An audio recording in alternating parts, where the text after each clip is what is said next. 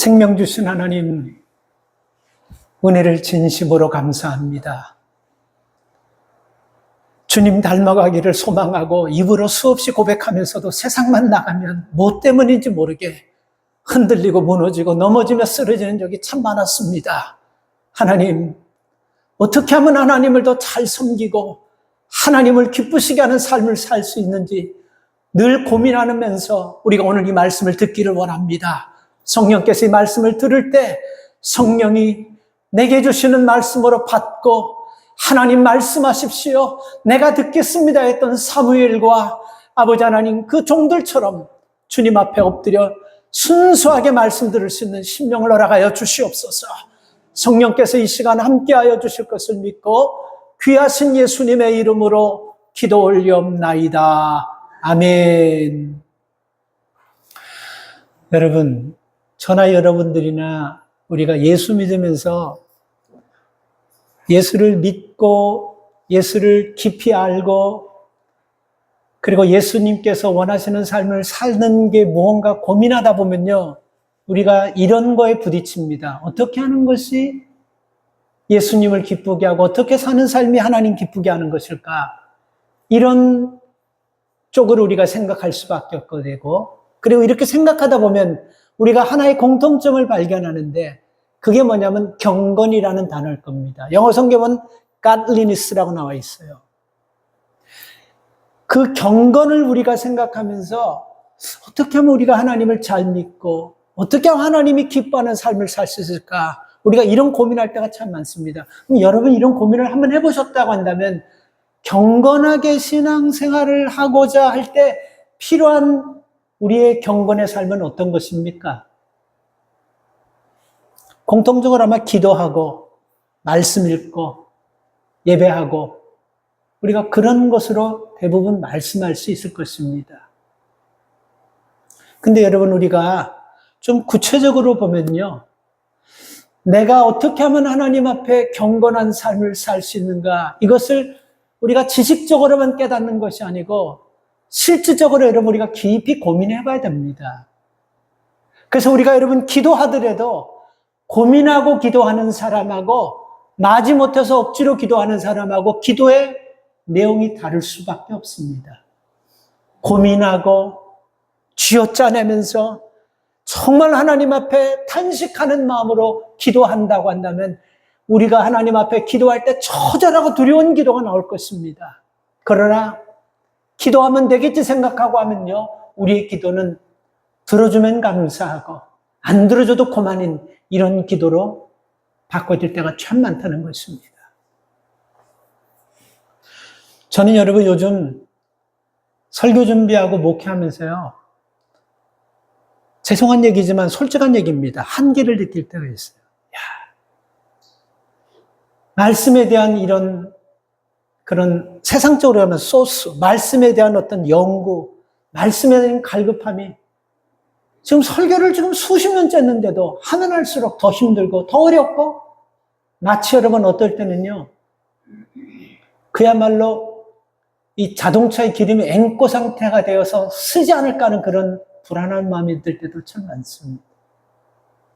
그러면서 누가 봐도 나는 목사고, 그렇기 때문에 내 모습은 누가 봐도 경건의 모양은 갖춰져 있는데 경건의 능력은 쏙 빠져버린 목사가 아닌가 하는 위기감이 듭니다. 그리고 예수님께서 십자가에 못 박혀 돌아가신 그 사건을 감동하면서 감격하면서 받는 것이 아니고 익숙해져가지고 무감각해져 버리지 않았는지 이런 두려운 마음이 들어요. 여러분은 어떻습니까? 우리가 믿음으로 살고 하나님 말씀을 쫓아 산다고 하면서도 항상 내가 듣기 편안한 말씀, 내가 듣기 좋아하는 말씀만 들으려고 하는 그런 마음은 없습니까? 안 들으려고 하는 것보다는 낫지만 이 속에는요, 경건의 능력이 빠져 있다는 것을 인정하셔야 됩니다. 신앙생활을 여러분 조금만 어려우면 피하려고 하고 쉽게 하려는 분들 마음속에는 경건의 능력은 없고 경건의 모양만 갖춰져 있다는 겁니다. 그래서 우리가 믿음의 삶을 살다가 힘든 일을 만나면요, 경건의 모양만 있는 사람은 주저앉아요. 일어날 힘이 없는 거예요. 아니, 하고 싶어도 안 되는 것입니다. 여러분, 우리가 95번 고속도로를 타면서 한 3시간 가는 거리를 가야 되는데 기름이 한 코로 정도밖에 없어요. 실질적으로 눈으로 봤습니다. 그리고선 우리 생각은 이 정도면 조심해서 달리면, 브레이크 안 잡고 달리면, 언덕에서는 그냥 기아 중립에 놓고 그냥 확 달리면 가지 않겠나, 이렇게 생각하는 사람이 있어요? 불가능해요. 절대로 될 수 없는 것입니다. 경건의 능력이 없이는요, 삶 가운데 위기와 어려움과 환난을요 이겨나가지 못해요. 그래서 우리는 예수 믿다가 힘들고 어려운 일을 만나면 그 자리에서 넘어져서 또다시 제자리로 돌아오고 맨날 이렇게 왔다리 갔다리 하면서 그야말로 다람쥐가 쳇바퀴 안에서 돌듯이 맨날 고가 상태에서 벗어나지 못하고 성장하지 못하는 것입니다. 여러분, 우리가 다시 한번 하나님의 은혜 속에, 하나님의 말씀의 권능 속에 빠질 수 있기를 주의 이름으로 축원합니다. 이 말씀을 한마디로 얘기하면요, 경건의 능력을 회복하자는 것입니다. 이 경건의 능력이라는 말에서 여러분 헬라어로 보면요, 유세베이아라는 뜻이 있어요. 유세베이아. 이 말을 보면요, 좋은 두려움, 바람직한 두려움, 경건을 헬라어로 그 의미가 유세베이아가 좋은 두려움, 바람직한 두려움. 뭔가 감이 오지 않습니까? 여러분, 우리 그냥 일반 사람들이요, 나이 드신 어른들을 우습게 여기고 함부로 말하고 그러면 여러분 그게 좋아 보입니까? 뭐 무섭고 벌벌 떨라는 말은 아닙니다. 한 나라의 지도자를 여러분, 국민학생, 중학생이 막 여러분 부모 얘기 듣고 막 쌍욕하면서 그렇게 자라는 아이들이 바르게 자랄 수 있겠습니까? 벌벌 떨라는 말은 아니에요. 두려워할 줄 아는 분을 두려워할 줄 알아야 된다는 것입니다. 부모가 부족하더라도 자식이 부모를 두려워할 줄 알아야 되잖아요. 이걸 바꿔서 얘기하면 여러분, 우리 믿음의 사람들이 누구를 가장 두려워야 됩니까? 육신의 부모보다도 하나님을 두려워하는 마음이 있어야 돼요. 여러분, 두려워하는 마음이 있습니까?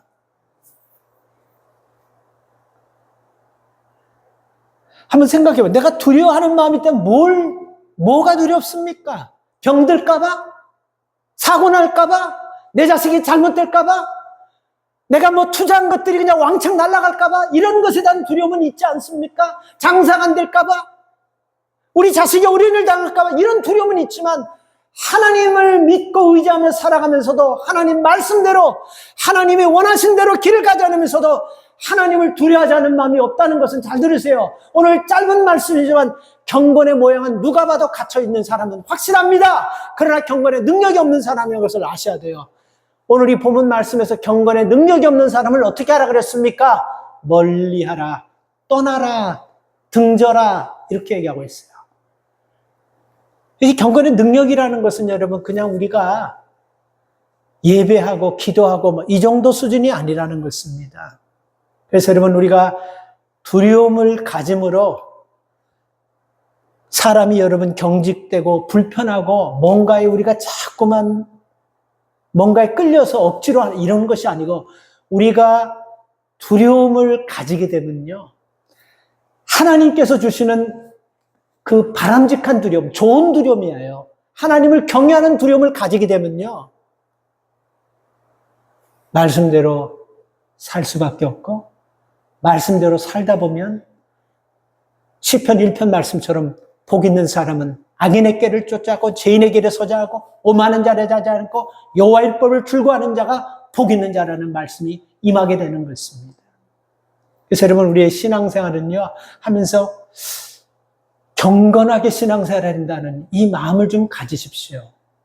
그리고 그 경건 속에는 여러분, 껍데기, 무늬, 수놓고 모양만 있는 것이 아니고 실제적으로 0.1g짜리라 할지라도, 겨자씨만한 무게라 할지라도 그 속에 경건의 능력과 무게가 좀 있기를 주의 이름으로 축복합니다. 이스라엘 사람들은요, 경건해지기 위해서 3가지를 항상 몸에 지녔습니다. 그리고 늘 그렇게 살았어요. 뭐냐면 기도 생활을 했습니다. 금식하는 생활을 했습니다. 구제하는 생활을 했어요. 그들은 이것을 하면서 여러분, 이게 경건한 삶의 모습이라고 생각했습니다. 맞아요, 여러분. 우리가 기도하고 금식하고 구제하면서 살면요, 경건하게 살지 않을 수가 없어요. 근데 문제는 이겁니다. 어떤 마음으로 기도하고, 어떤 마음으로 금식하고, 어떤 마음으로 구제하냐. 이게 중요한 거예요. 그래서 마태복음 6장에 보면요, 예수님께서 기도하고 금식하고 구제를 하는 바리새인들과 종교 지도자들과 서기관들에게 하신 말씀이 있어요. 뭐라고 말씀하셨냐면요, 마태복음 6장은 3번이나 번갈아 강조하신데 너희는 이미 상을 받았다, 이 말씀을 하셨습니다. 이 말씀을 왜 하셨냐면요, 그 유대인들은요, 기도, 금식, 구제가 그들을 경건하게 만든다는 건 맞아요. 근데 그것을 어떤 식으로 이해하냐면요, 하나님 앞에서 한다는 것이 아니고 사람 앞에 보이기 위해서 내가 이만큼 경건하고 내가 이만큼 믿음이 좋고 내가 이만큼 다른 사람보다 뛰어나다는 것을 보이기 위해서 기도하더라도 항상 그들은 사거리 찾아가지고 사람이 많은 데서 손들고 기도하는 그런 모습을 보였습니다. 그리고 금식할 때도 성경은 예수님께서 분명히 금식할 때 단정하게 하고 가라고 그랬는데 얼굴에 막 그냥 머리를 다 풀고 옷도 막 헝클어진 옷 입고 남이 봐도 아주 정말 힘들어하는 그 모습을 의도적으로 만들면서 그렇게 금식했습니다. 그리고 구제는 어떻게 했냐면요, 뭘 하나를 하면 사방팔방에 나팔을 다 불어가지고 수많은 사람들 앞에 구제합니다. 여러분 이걸 보세요. 예수님께서 이렇게 종교인들이, 종교 지도자들이 당시 믿음이 좋다고 하는 사람들이 하는 일에 대해서요, 예수님 칭찬하신 것이 아니고 아주 세게 책망하셨습니다. 왜 그랬었을까요? 위선 때문에 그러는 거예요. 하나님 앞에서 하는 것이 아니고 사람 앞에 보여가지고 내 신앙의 모양, 내 신앙의 크기, 내 신앙의 능력을 드러내는 그 일을 하기 때문에 예수님께서 아주 분노하시고 화를 내셨던 것입니다. 성경에 보면요, 예수님께서 종교제자들을 참 많이 책망하시고 그러는데 이유는 딱 한 가지예요. 그 예수님은 기질상 그러셨던 것 같아요. 위선된 거, 가식적인 것을 무척 싫어했던 것 같아요. 독사의 새끼들이라 그랬습니다. 마귀의 자식들이라 그랬어요. 사탄의 자녀들이라 그랬습니다. 회칠한 무덤이라 그랬어요. 아주 듣기 거북한 말인 것입니다. 이걸 여러분 모든 사람들이 믿음이 좋다고 인정하는 사람들에게 정면에 대놓고 예수님 이렇게 말씀하셔요. 뭐 때문에? 위선 때문에, 가식 때문에. 만약에 그들이 기도하고 금식하고 구제하는 것이 하나님 보시기에 합당하게 했다고 한다면 그들은 경건한 삶을 살고 예수님이 칭찬하셨을 거예요. 그런데 분노하셨어요. 자, 우리는 종교 지도자들인 그 당시 사람들처럼 이렇게 기도 많이 하는 사람들도 없고, 이 종교 지도자들이 여러분 그 당시 종교 지도자들이 일주일에 2번 금식했으니까 쉬운 거 아니에요.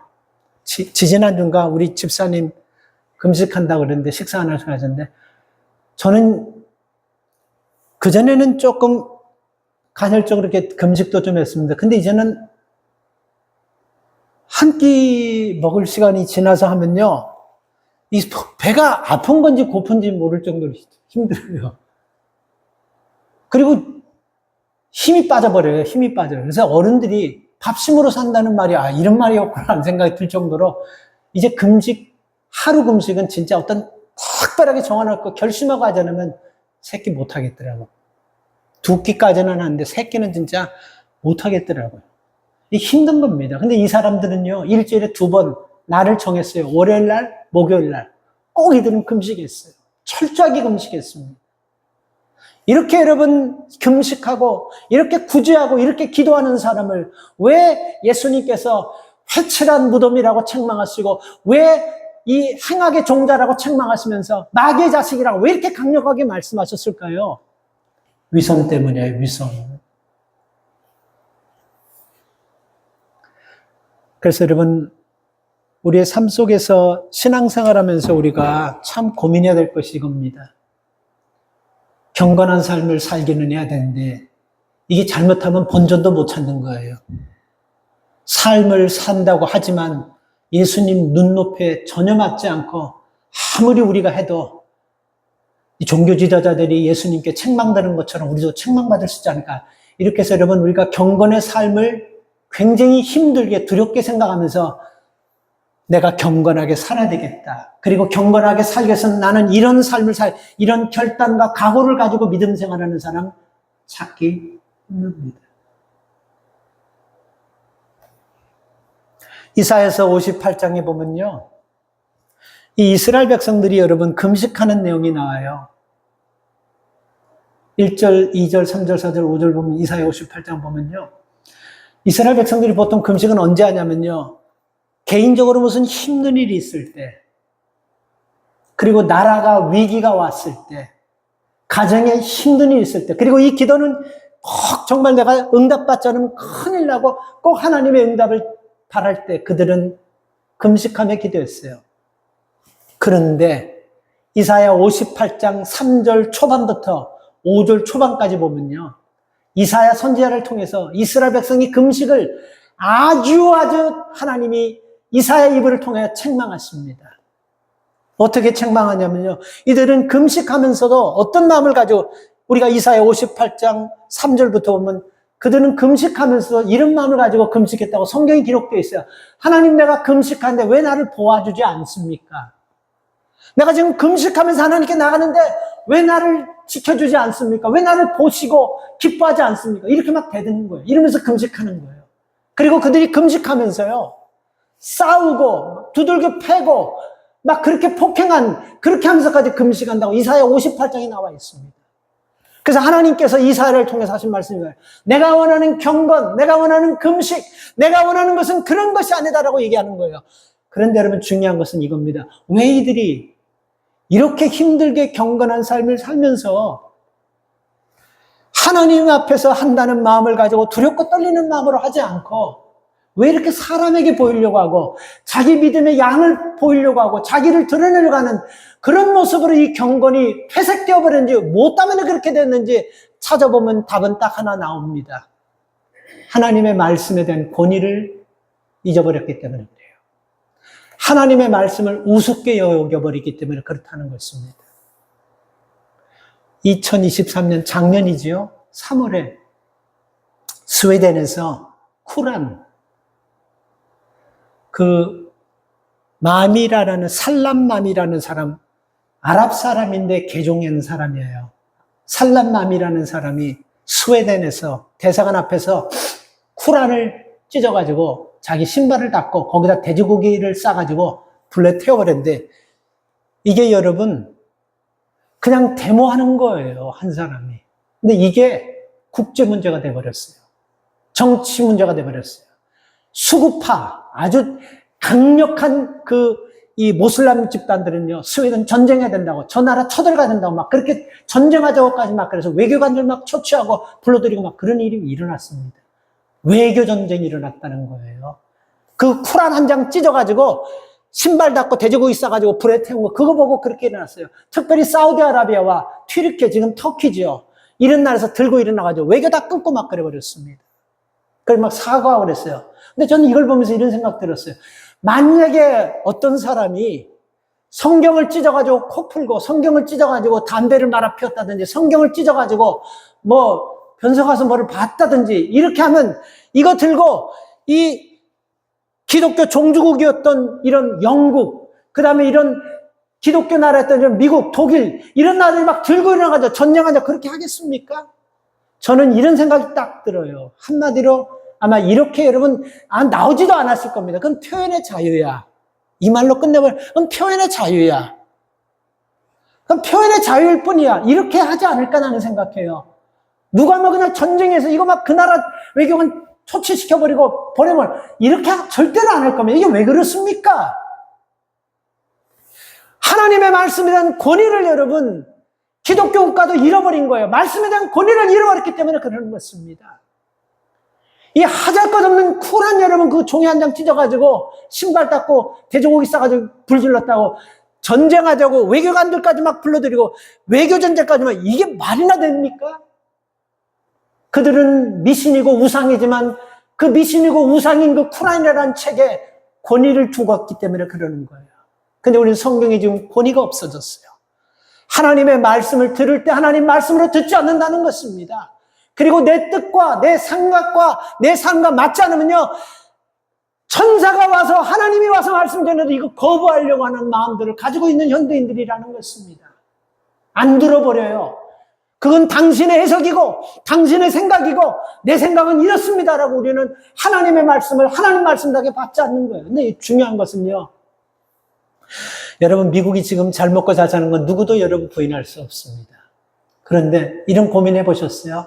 이 미국이 이렇게 되기까지 청교인들의 생명 걸고 이 땅에 피 흘리면서 기도해서 하나님의 복을 받은 땅이라는 건 아시죠? 그런 땅이 여러분 하나님 말씀을 떠나가지고 뭐든지 다 여러분 인간적으로 인위적으로 막 이렇게 해나가다 보면 하나님이 이 나라를 가만히 둘 수가 있겠습니까? 우리가 인류 역사를 한번 보세요. 로마 같은 나라는요. 지중해를 다 지배한 나라인데 세상이 그 어떤 로마가 멸망할 거라 생각 한 사람도 한 적이 없어요. 몽골의 징기스칸이 전부 다 장악했을 때 저 몽골이 전 세계를 잠깐 생각해줬고 그런 나라가 망할 거라고 생각한 적 없어요. 영국이 전 세계를 다 장악해가지고 영국을 해가 지지 않는 나라라 그랬습니다. 지금 여러분 유엔에 내야 될 그 돈도 못 내는 그런 나라가 돼버렸어요. 미국이 언제까지 하나님이 이렇게 축복하시고 하나님이 지키실 거라고 하십니까? 여러분 말씀이 떠나면요. 말씀이 떠나면 하나님의 영광이 가려지고 하나님을 조롱하는 일들이 생기고 하나님의 말씀과는 완전히 배치되는 일들이 일어나는 거예요. 그러나 이런 가운데서 아직도 하나님께서 이 나라를 불쌍히 여기시는 것은요. 저는 그거 알아요. 제가 오래전에 예수전도단에 있을 때요. 그 예수전도단에서 예배 드릴 때 그때 데이비드 로스 목사님 지금도 생존해 계시지만 그분이 그분이 설교하시고 찬양인도 할 때 제가 몇 번 말씀드려요. 그 예배가 1시간, 2시간 예배가 아니라 3시간, 4시간 예배예요. 그 정동에 있는 구세군 사관학교 거기서요. 그 한 1000여 명 넘게 들어가서 꽉 차가지고 그 겨울에도 그렇게 여러분 찬양하고 기도하면서 그렇게 드렸는데 그때마다 거기에 비짓한 방문객들인데 그게 누구냐면요. 미국에서 단기 선교로 선교 다니면서 세계 선교 다니면서 복음 전하던 사람들이 거기 와가지고 간증하고 거기서 영어하는 사람들이 통역하고 그래서 참 뜨거웠던 예배가 있었습니다. 그러니까 저는 지금도 그렇게 생각해요.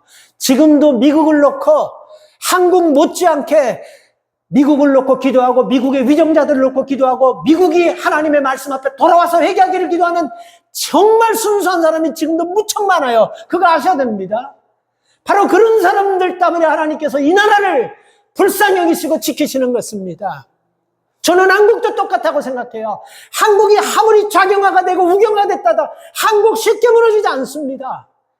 아무것도 없는 벌판에서 여러분 하나님 말씀 안 하면 이 나라는 살 희망이 없다고 생각하고 목숨을 걸고 기도한 그 사람들의 피가 흐르기 때문에 한국 그렇게 쉽게 무너지지 않습니다.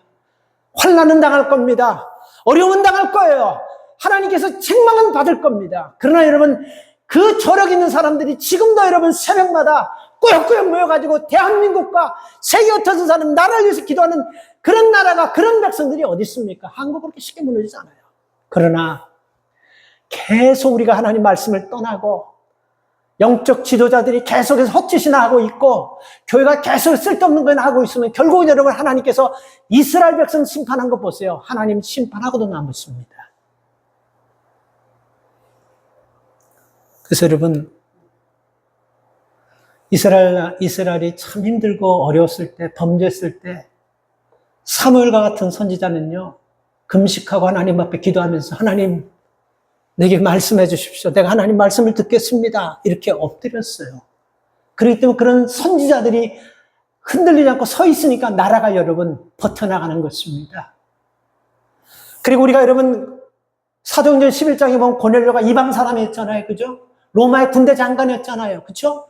근데 여러분 베드로가 와서 하나님 말씀을 전할 때 무릎 딱 꿇고 자기보다 위치로 보면 베드로는 한참 노예 같은 사람인데 그 로마의 군대 장관이 무릎 딱 꿇고 하나님의 말씀으로 듣겠습니다. 말씀하십시오. 이렇게까지 했습니다. 그러니 그 가정에 성령이 임하고 초대교회 여러분 최초로 이방인의 가정에 하나님의 역사가 나타나는 것을 볼 수 있었습니다. 이렇게 여러분 기도하는 사람이 있으면요. 버텨나갈 수가 있는 거예요. 근데 에레미야 36장에 보면요, 왕 여호야김이라는 왕이 나옵니다. 그 사람 레스넴이 김인지 잘 모르는데 여호야김이라는 왕이 에레미야 36장에 나와요. 에레미야 선지자가요, 너무 이스라엘 백성이 범죄하고 하나님이 참으시고 기다려도 회개하지 않으니까 하나님께 에레미야 선지자가 말씀을 받아가지고 그 말씀을 기록해서 여호야김 왕 부하들에게, 신하들에게 줬습니다. 이 말씀을 읽어보고 이 왕궁에서부터 우리가 회개하는 역사를 일으켜야 됩니다 했을 때 그 신하들이 그 말씀을 두루마기에 쓴, 하나님 말씀을 받아서 두루마기에 써가지고 에레미야 김 왕 신하들에게 주고 신하들이 읽고 벌벌벌 떨었습니다. 이거 우리가 이렇게 지금 되어가고 있고 하나님께서 이렇게 무섭게 심판하는데, 그래서 이 말씀을 가지고 여호야김 왕에게 그 말씀을 갖다 줬어요.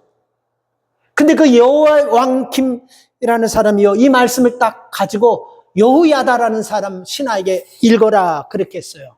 그리고 그것을 들으면서 여우디아라는 사람이 그 한 말씀 한 말씀, 한 장 한 장을 읽을 때마다 여호야김 왕이 그 말씀을 받아가지고 칼 가지고 쪽쪽쪽 찢어가지고 화롯불에 다 태워버립니다. 그러니까 이걸 하나를 보면요, 이거를 하나를 보면 이제 이 나라가 이제 끝이 되었다, 이 나라가 장차 어떻게 될 것이다 라는 것을 우리가 알 수 있는 거예요. 감이 오는 거예요. 에레미야가 눈물을 흘리며 간곡히 통곡했습니다. 우리가 이 말씀을 잡고 이게 이제 마지막이 될 줄도 모릅니다. 근데 이 나라가 이방인 나라에게 넘어가가지고 우리가 전혀 생각 안 하는 거예요. 믿지도 않는 거예요. 그래서 성경을 읽는 즉시 쪽쪽 잡아채가지고 칼로 다 째가지고 불에 다 살라버렸습니다. 왕은 하나님의 말씀도 불에 태워도 된다는 그런 미친 생각을 가진 거예요. 우습게 여긴 거예요, 하나님 말씀을요. 결국 여러분, 여호야김 왕은요, 바벨론의 포로로 붙잡혔는데 어떻게 붙잡혀가냐면요, 포로를 잡아가는데 그래도 왕은 소나 당나귀에도 좀 태워서 가야 되지 않습니까? 똑같이 포로들처럼 질질 끌고 가요. 그럼 왕은 걸어나 받겠어요? 몇 발자국은 힘들어요. 그러니까 넘어지죠? 그럼 나귀에다 끌고 질질 끌고 가는 거예요. 그게 어떻게 돼서 그 살이요. 그렇게 해서 실컷 두들겨 맞고 그렇게 해서 죽습니다. 죽었는데 시신은 또 어떻게 되는지 아세요? 웅덩이에다 그냥 시신을 던져버렸더니 이 야생 짐승들이, 살쾡이들이 와서 시신을 다 뜯어먹어야 돼요. 시신을 찾지 못할 정도로. 아주 처참하죠. 비극적이죠. 우리는 이거 하나를 보면서 설마 그 사람만 아닙니다. 하나님의 말씀을 우습게 여기고 조롱하는 사람은요, 반드시 대가를 받게 된다는 거. 그래서 하나님께서 이렇게 말씀하셨습니다. 너희가 나를 존중하고 너희가 나를 하나님으로 영접하고 너희가 나를 하나님으로 믿으면 내가 너희를 지키고 내가 너희를 인도하지만 너희가 나를 우습게 여기면 나도 너희를 우습게 여길 거야. 이런 식으로 말씀하셨습니다. 여러분, 우리가 이 말씀 속에서 깨달아야 되는 것은요, 하나님을 경외하는 마음 회복해야 됩니다. 우리 말씀 듣잖아요, 그죠? 우리 말씀 중요하다는 거 알잖아요, 그죠? 우리 말씀 가지고 살잖아요, 그죠? 근데 이 말씀을 듣고 가지고 읽고 그러면서도 여러분, 우리가 그 당시 종교 지도자처럼 그런 식으로 하면요, 하나가 된다는 거예요. 왜? 경건이 쏙 빠진 예배, 경건이 쏙 빠진 신앙은요, 결국은 심판밖에 올 게 없다라는 것입니다. 이 이스라엘 백성들이 여러분, 이렇게 기도하고 금식하고 구제하면서도 그들은요, 이사야 58장 3절, 4절, 5번 못할 짓, 안 할 짓, 할 짓 다 해버립니다. 그러면서도 그들은 이런 생각하는 거예요. 하나님을 위하는 척, 하나님을 좋아하는 척, 공의를 행하는 척, 깨끗한 척, 거룩한 척, 이렇게 하면서 여러분 살아가는 것입니다. 그러니까 여러분, 다른 사람에게 내가 믿음의 사람이고 믿음이 이렇게 좋다라는 존재감만 인정받으면 되는 거예요. 하나님이 우리를 어떻게 생각해? 관계가 없는 거예요. 그런데 우리는 그렇게 살고 있지 않습니까? 우리는 하나님의 말씀을 정말 두렵고 떨리는 말씀으로 받습니까? 사무엘 선지자처럼 그렇게 우리는 하나님 말씀을 두렵고 떨리게 받습니까? 고넬료처럼 무릎 딱 꿇고 그렇게 하나님 말씀을 받습니까? 내가 좀 불편한 말씀은 귀 닫아버리고, 내가 좀 내 삶과 맞지 않는 말씀은 나 맞지 않다라고 생각하고, 그건 목사님의 해석이라고 생각하고 귀 닫아버리고 그러지는 않습니까? 여러분, 믿음 생활이 어때요? 한번 여러분들이 속으로 생각해 보세요. 내가 신앙생활이 쉽습니까? 어렵습니까? 어렵다고 여러분 대부분 생각할 거예요. 신앙생활은 쉬운 게 아니에요. 그러면 여러분, 우리가 신앙생활 하는 게 어려운데 이유가 있을 거 아닙니까? 왜 어렵습니까? 성경을 몰라서? 기도가 안 나와서? 하나님을 체험하지 못해서? 말씀의 깊이가 없어서? 아니에요. 다 아닙니다. 뭐냐면요, 하나님을 경외하는 마음이 없기 때문에 그래요. 말씀에 대한 여러분, 이게 경건의 능력, 이것들이 여러분, 이런 것들이 우리에게 없기 때문에 그래요. 하나님 말씀을 경건하게 듣고 경건하게 받고 그 말씀을 가지고 경건하게 살려는 이런 마음이 없기 때문에 신앙생활이 힘든 겁니다. 간혹 어떤 분들을 보면요, 이 사람들과 잘 어울리지 못하는 사람들이 있어요. 어울리지 못한다기보다도 교제를 하지 않으려고 하는 사람들이 가끔 있습니다. 왜 이런 일이 일어날까 한번 생각해 보셨어요? 왜 사람들과 잘 어울리지 않고 공동체 속에서 왜 잘 적응하지 못할까? 이런 생각해 본 적이 있어요?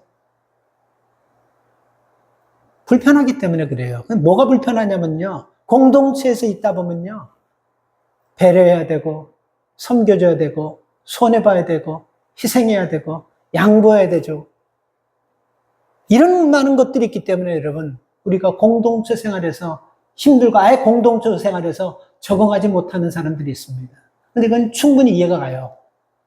근데 여러분, 한번 가만히 생각해 보세요. 우리가 여러분 배려하고 섬기고 기다려주고 양보하고 성질 부리지 않고 이런 모든 것들이 다 여러분 어디서 나온 겁니까? 어느 날 갑자기 내가 결단한 데서 나올 수가 있는 게 아니고 경건한 삶에서 나오는 거예요.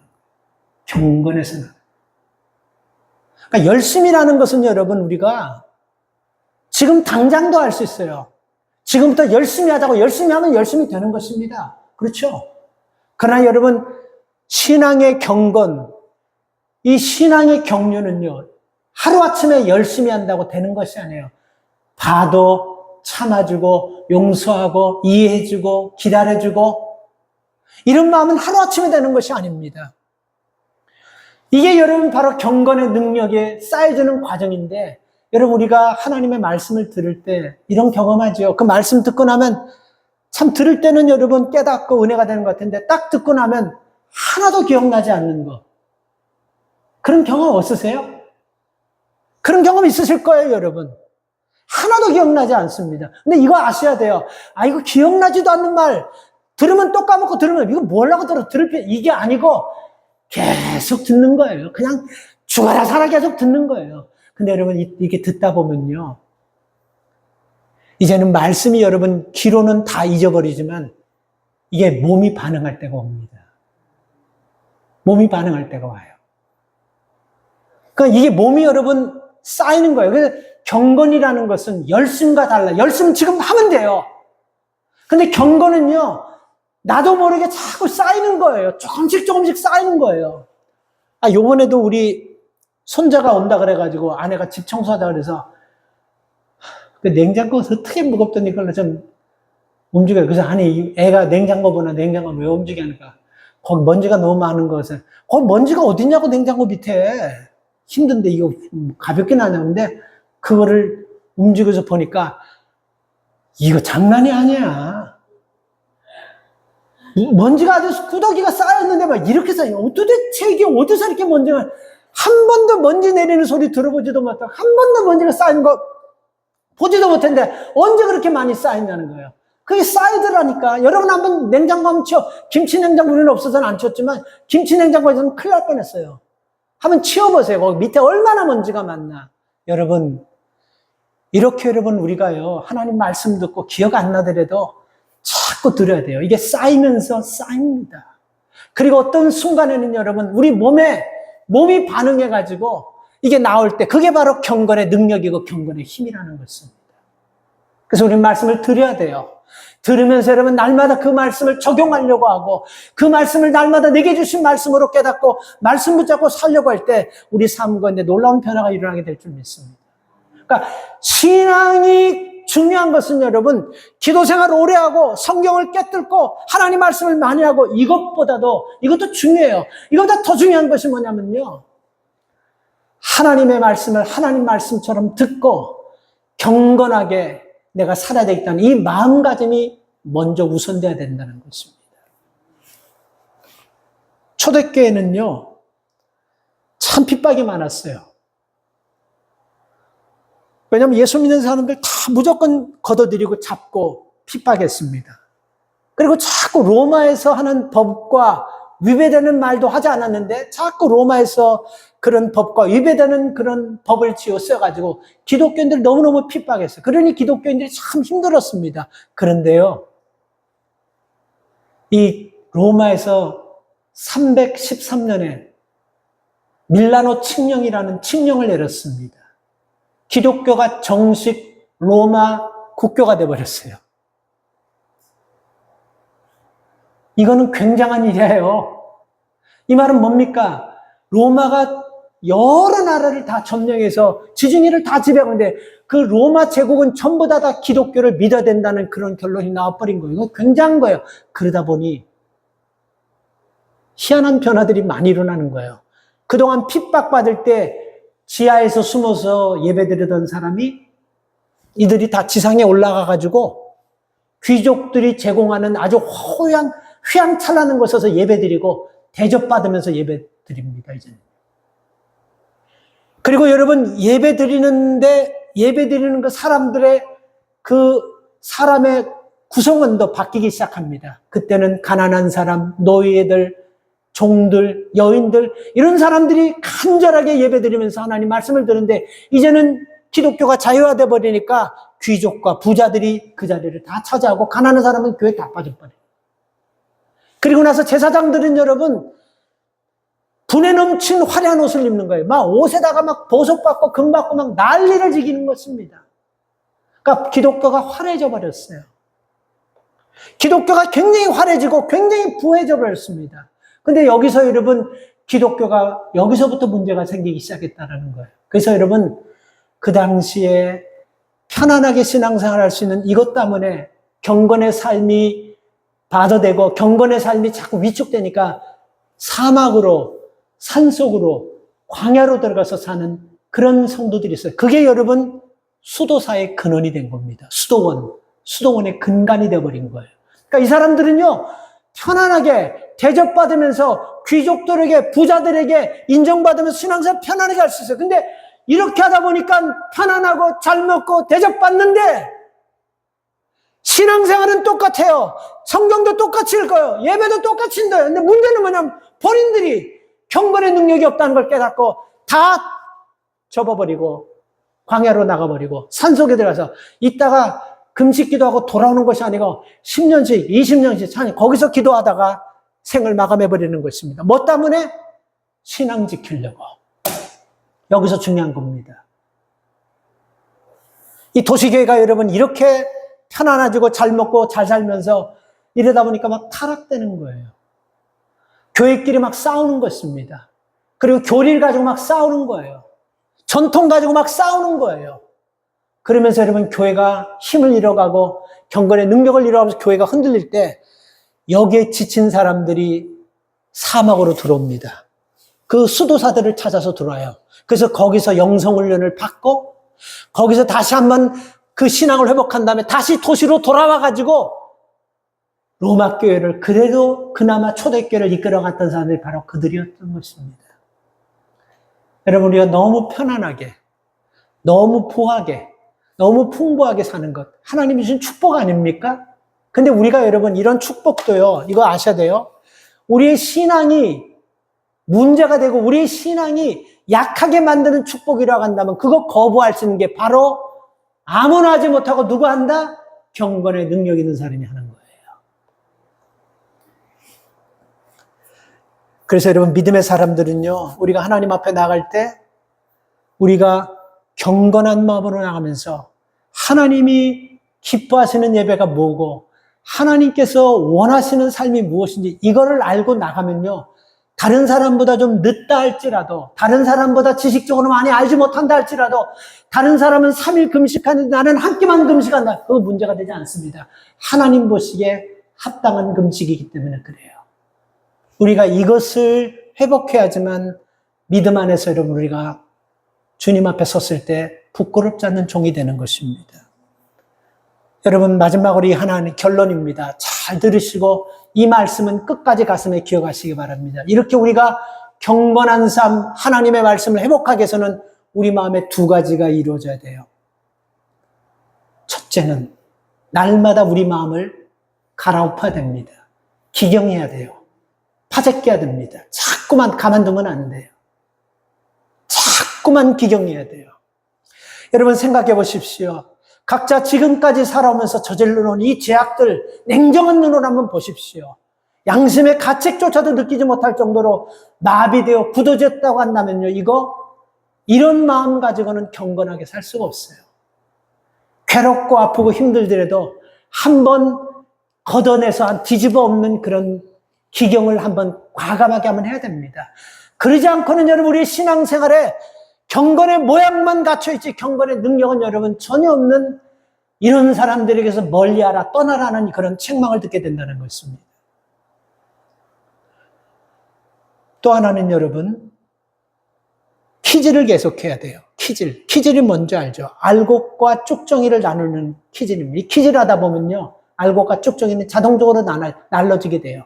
왜 그렇습니까? 알곡은 들어있기 때문에 무거워서 안쪽으로 자동적으로 들어오고 쭉정이와 건불은 가볍기 때문에 살짝 칠 때 여러분 치는데 바람이 안 불어도 치는 그 윗바람 때문에 밖으로 다 떨어져 나가버리는 것입니다. 그러니까 우리가 여기서 여러분 중요한 건 바로 이거예요. 마음이 깨끗하다는 것은 경건하게 산다는 것은요. 저 사람 성품이 타고나서 저렇게 경건하게 산다는 것이 아니고 날마다 보든지 안 보든지 관계없이 그 사람은 마음을 기경하고 기질을 하기 때문에 그 마음이 경건하고 그 마음이 깨끗하고 그 마음이 하나님 보시기에 합당한 마음으로 살아가는 것입니다. 성품이 좋기 때문에 마음이 좋기 때문에 절대로 그런 사람은 없습니다. 오늘 여러분 우리에게 주신 이 말씀 속에서 우리가 이 신앙을 가지고 여러분 우리가 하나님 앞에 쓰는 거예요. 우리가 살아온 경륜, 살아온 노하우, 살아온 어떤 삶에서 모아놓은 거 이거 가지고 하나님 앞에 쓰는 것이에요. 우리가 신앙 가지고 서는 것입니다. 근데 이 신앙의 경건의 능력이 빠진 신앙은요, 결국은 여러분 쭉정이처럼 우리가 여러분 하나님 앞에 인정받지 못하는 신앙이 있다는 것입니다. 저는 요즘 여러분 다시 한번 서론 보면서 말씀하는 제 솔직한 고백입니다. 자꾸 두려움이 여러분 약해지고 경건의 모양만인 것처럼 느껴지는 불안이 자꾸 생기고 그런 마음이 저는 자꾸 듭니다. 십자가의 감동, 감격보다는 습관화되어 버리고 굳어져 버리는 그런 모습 자꾸 저기 느껴집니다. 여러분들은 그러지 아니하시기를 바라고 그러지 아니하시기를 믿습니다. 혹시 그런 여러분 가정이 오면요. 다시 한번 우리가 하나님의 말씀을 두려워하고 하나님의 말씀 앞에서 여러분 우리가 다시 한번 경건을 회복하여 모양만 갖춘 그리스도인들이 아니라 그 안에 경건의 능력을 갖추고 살아가는 성도들의 시기를 주의 이름으로 축복합니다. 하나님 감사드립니다. 하나님의 말씀을 들어도 하나님 여호야 김처럼 우습게 여겨버리고 그 말씀을 칼로 쪽쪽 찢어서 화롯불에 태워버리는 그런 악한 세대 속에서 하나님이 조롱받고 말씀이 땅에 떨어지고 영광이 땅에 떨어져 짓밟히는 이런 세상 속에 살면서 우리가 하나님 어떻게 살아야 되는지 믿음의 사람들이 고민하고 어떻게 사는 것이 경건하게 사는 것인지를 다시 한번 우리가 말씀을 통하여 깨닫게 하여 주시옵소서. 기도, 금식, 구제, 주님 우리가 죽을 때까지 하나님 앞에 갈 때까지 해야 되는 것입니다. 종교 지도자들처럼 책망받는 사람들처럼 사람에게 보이게 하는 것이 아니고 하나님 앞에서 한다는 그 마음을 가지고 하나님 경건하고 두렵고 떨리는 마음으로 감당할 수 있는 성도들 되게 하여 주시옵소서. 예수님의 이름으로 기도 올리옵나이다. 아멘. 찬양합니다.